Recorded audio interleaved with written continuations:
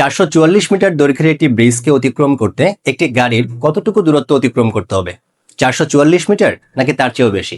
SSC Sylhet board 2024-এ আসা একটি প্রশ্নের সমাধান করার মাধ্যমে চলো আমরা প্রশ্নের উত্তর খুঁজি। প্রশ্নে বলা আছে একটি গাড়ি 54 কিলোমিটার প্রতি ঘন্টা বেগে চলছিল। যদি গাড়িটি সমবেগে 444 মিটার দৈর্ঘ্যের একটি ব্রিজ 30 সেকেন্ডে অতিক্রম করে, তাহলে গাড়িটির দৈর্ঘ্য কত?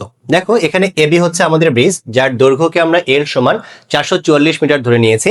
এখন এটা হচ্ছে আমাদের গাড়ি, এই গাড়িটি ব্রিজটিকে অতিক্রম করবে, তার মানে ব্রিজটিকে অতিক্রম করার পর গাড়ির অবস্থান হচ্ছে এই জায়গায়।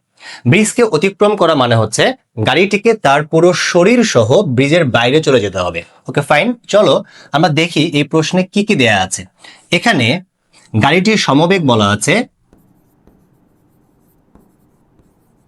ভি সমান 54 কিলোমিটার প্রতি ঘন্টা। আমাদেরকে এটা এসআই ইউনিটে কনভার্ট করতে হবে।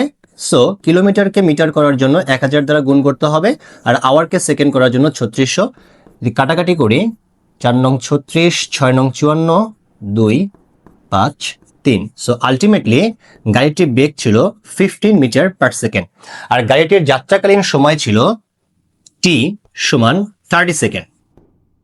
এখন আমাদের প্রশ্ন বলেছে এই যে এই এলটা হচ্ছে গাড়ির দৈর্ঘ্য, এই দৈর্ঘ্যটা নির্ণয় করতে বলেছে, তার মানে ছোট L is equal two what.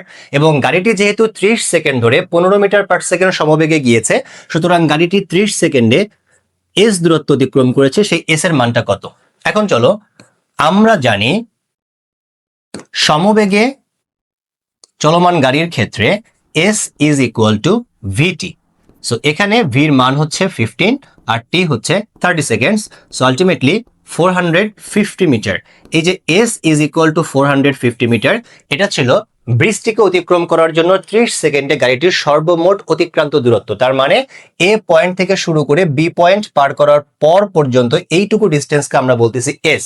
একটু ভালো করে লক্ষ্য করো তো, তার মানে কি আমরা বলতে পারি না যে এখানে এস ইজ ইকুয়াল টু ব্রিজের দৈর্ঘ্য বড় হাতের এল প্লাস গাড়ির দৈর্ঘ্য ছোট হাতের এল। তো এস এর মান আমরা বের করেছি 450 metre is equals to L plus L. So গাড়ির দৈর্ঘ্য ছোট L is equals to 6 metre. এটি হচ্ছে অ্যান্সার।